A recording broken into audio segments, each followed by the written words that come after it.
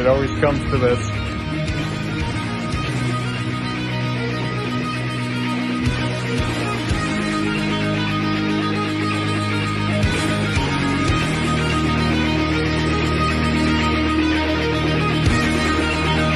More nice shit.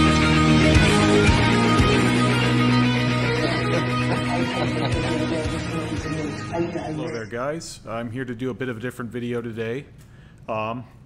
So lately the flavor of my YouTube channel has been mostly about my back blackout and leading up to the back blackout, kind of the you know, default direction has been to talk about my back blackout, and you know, probably seemed like it was going to take longer than it did, but as previously shown off, we did that in one session, and so by now it's probably on people's minds, you know, what's he gonna do? What's this big project gonna be coming up? I was supposed to have another session with Terry this last week, and it never ended up happening. So I want to talk a little bit about that. Obviously I was talking about doing all the red shading on my torso, like I did on the chest with the spider eyes and all that. Rick has been back at the shop since he had a few weeks off. He went to Mexico. He survived, which was nice. You're never really sure with that guy when he goes away.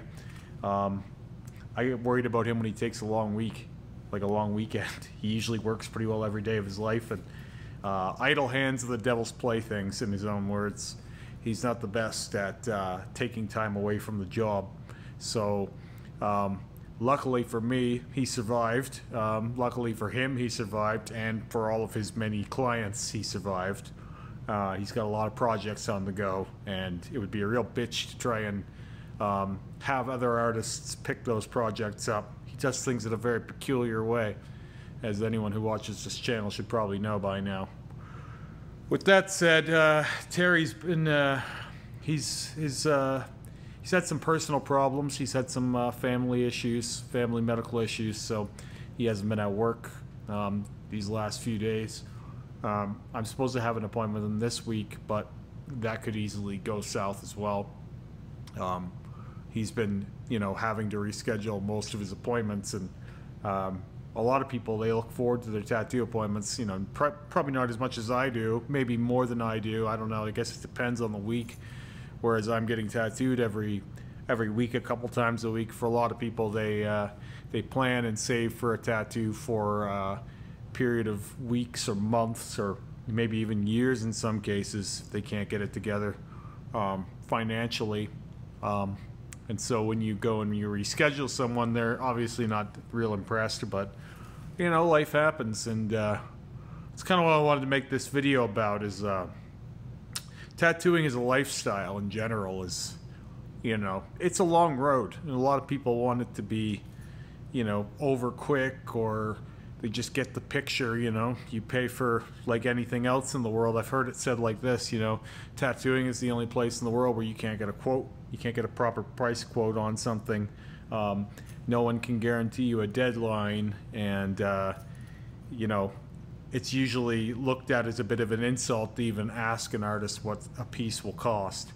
But there's a lot that goes into all of that, and I think that it's just the nature of doing something with one person. Like when you're working with one client, one tattooer on a project, equal part them and you and the tattoo artist. It's like your biggest problem is going to be like, if that person has an issue that day, if that person isn't in a good headspace that day, you know, all of these things go into that.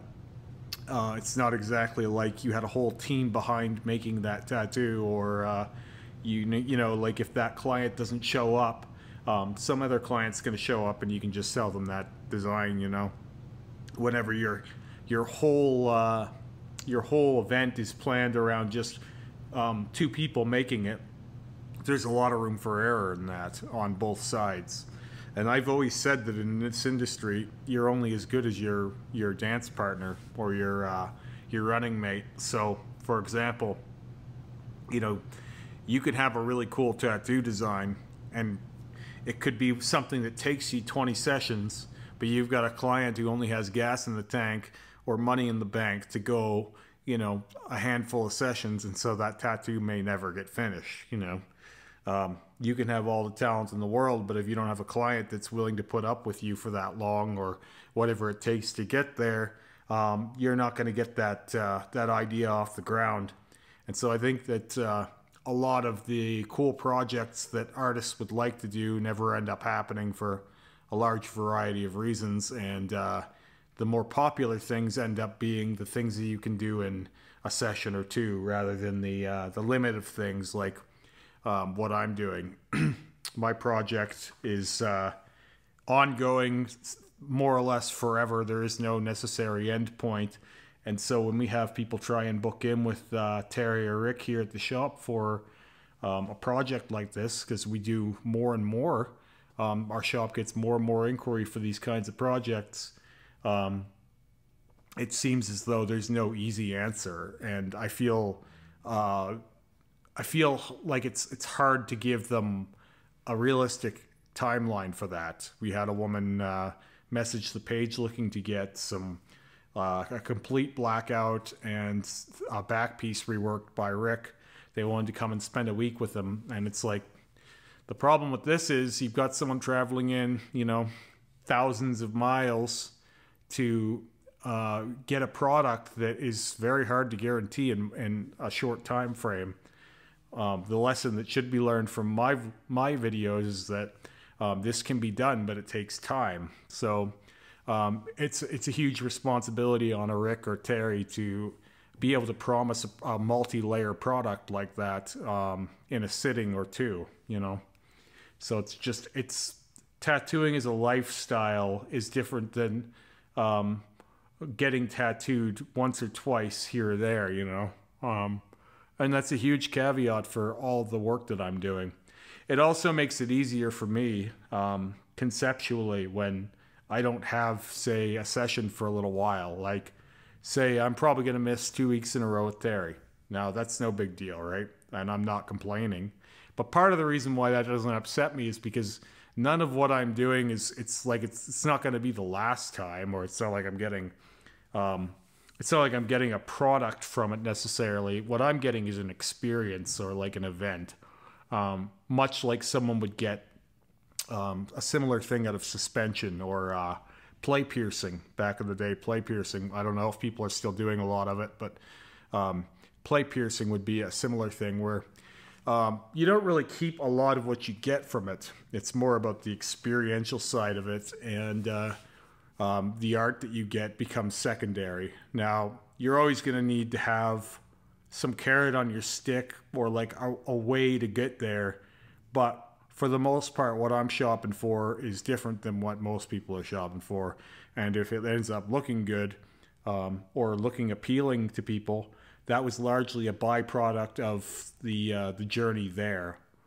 And I think I figured that out about myself like fairly early in terms of my overall work. I had kind of figured out that I liked getting tattooed more than I liked like the tattoo itself. Somewhere during my first bodysuit.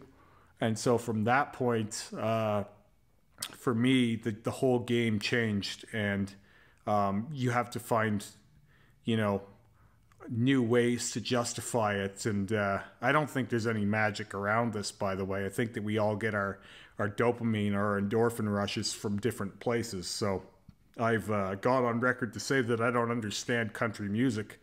I don't understand hockey. I don't understand playing football, you know. I don't understand all kinds of things that people do for fun. I just know that people do different things for fun. And my recreation, or my one of my hobbies anyway, has always been body mods since a very early age.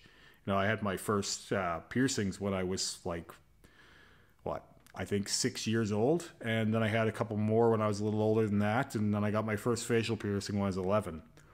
I don't have almost any of that stuff now, and if I do have it, it's changed a lot. For example, recently, another one of my piercings decided to migrate. Though this one had been thinning for a long time, this was not really a surprise. I kind of was expecting that one to go a long time ago. I actually don't hate how it looks, and I'm thankful for the scar, believe it or not. People will probably think that I'm in denial about this, or that I'm making this up, or just, you know, trying to sell a different story than there is here. But I'm thankful for all the scars that I've gotten from this stuff. This might have upset me years ago to lose another piercing, but now I'm kind of I'm through that part of my life to some degree, and I probably won't be getting many more piercings, if any more piercings. But that doesn't mean that I regret any of them or any of the scars that I have from them. I had my eyebrow pierced 17 times and 11 times, and I don't have any of those, but I do have the memories. I had a lot of fun doing that stuff. So for me, it became much more about the love of the game and the art behind it, rather than the art you get from it. I think it puts me at odds a lot with a lot of the culture around tattooing, especially with social media's prevalence, where it's like people see a picture of a tattoo and they want to create that for themselves. They want to get a slice of that pie themselves, and the pain part of it is, and it's not to say that I enjoy the pain so much of it, but it's more like all of that stuff goes into it to make the event, and without every part of it, it's not the same. So this new wave of people that are getting put under anesthesia to get tattooed is it couldn't be any more at odds with where I am. And I was already a little skeptical of numbing cream, and I've always said that, you know, you can do what you want with that. You can, if you need it, if you want it, that's totally on the person. But I wouldn't take that part out of it. In fact, the whole thing means more to me because of that, you know. And I don't get the endorphin or the dopamine hit from it without that part of it. So I think you can't have the true tattoo experience necessarily without the journey aspect of it. So yeah, I think for me, the whole lifestyle of being heavily modified or modified at all I think it's losing real estate in today's day and age, and I think it's too bad. But maybe it's not. Maybe it makes it more important to those of us that still have respect for it. I did a reacts video here the other day on a buddy of mine, Dub Horn, and he has that same love of the game. Like you can see that in the things that you do just for you, you know. Like if I'm gonna have 80 sessions on my left arm sleeve, that's a hard sell, and a lot of that is just for me. I don't really now care if that sleeve is ever finished necessarily. I think that there will always be more I can do, and I actually enjoy that aspect of it. I like the fact that I already know that my rose sleeve, for example, could always be made better. Like, as to the extent that I'm willing to work on it, I can always increase the contrast and increase the density of the color saturation, and there's always going to be more stuff that I can do if I want to, and I enjoy that kind of a thing. I think it comes maybe for me like from the same mindset that I have for working out. I had the same mindset about stretching piercings. It's all always about getting to the next level of your personal development. I've had the same thing with my finances. You know, anything that you can see a physical increase or direct result from your efforts that's getting better in ways that you can measure, I've always found motivating. The intangibles are a little harder. So, like, say you can't scale your peace of mind. Like, you can't measure your peace of mind. You can't see developments and incremental gains in your peace of mind or your overall happiness. But I've found that the more you are working on things that you enjoy and getting farther in your pursuits that you enjoy, generally the better off you are mentally as well. Like, I've gotten to a place now where I feel as bad if I don't work out as I do if I don't get tattooed for, say, a month. You know, I start to feel like more mentally unwell than physically unwell. These things, I think, we do more for our mindset than we do for the physical reward or the way we garb ourselves. And so it's never really made sense to me to just pursue the picture, you know? And I know that what I'm saying is at odds. Again, I know that what I'm saying is, it makes me a bit of an alien to the culture that we're creating. But the experiential side of it, if you were to take that away, I don't think I want the picture. I don't think I have any use for the picture if it doesn't mean anything. And what the picture says now is, like, that was a lot of experiences. You know, there was a lot that went into that, and there's no way to get that without experiencing a lot. And I don't think tattoos will be, in a way, I don't think they'll be as popular when we find a way to make them not, to have no pain at all, or to know there's no journey involved in it. You say you could just go buy the shirt. I actually don't think the tattoos would be as popular as they are now. I think that people have, whether they know it or not, I think people like getting tattooed more than they like tattoos sometimes. I don't think I'm completely alone in this. I just think that a lot of people don't figure that out until quite late. It's that thing about, once you get one, you end up getting another one, you know? I think there's a really big reason for that, and I don't think that most people quite figure that out because maybe they don't go far enough into it. So if you ever find yourself laying on the couch, you know, eating a bag of chips and thinking, I really want another tattoo, but I don't know what I want yet, you know. I'd like to get a tattoo, but I have no idea what. Like, you're probably already at the place that I'm at. You just maybe don't have the language to say it, or the understanding of yourself to know why it is you're doing that. But I think that we crave this kind of pain for pleasure type thing. The dopamine release, the endorphins. You can take the magic away from it, whatever you want. But I feel like we flirt with that a little bit, where it's like a controlled pain. We like to be in pain sometimes, but with tattoos, you get to decide for how long and to some extent what you're getting out of it. And I think what I've done is I've just figured out that I don't really necessarily care about why I'm doing it anymore. Even though there's always a plan in mind, there's always a scheme hatched. It really is just about playing the game, like it would be enjoying a sport, playing a video game you like, or whatever, some kind of escapism. And everybody does this in different ways. And so the further I go with it, and the more I continue into it, the more I see parallels between my love of tattooing and a lot of people's love of sports or movies or whatever other thing, you know. And so when I don't get my tattoo appointment, like for a few weeks there, Rick was gone, and now this last few weeks, Terry's been away since I finished my back.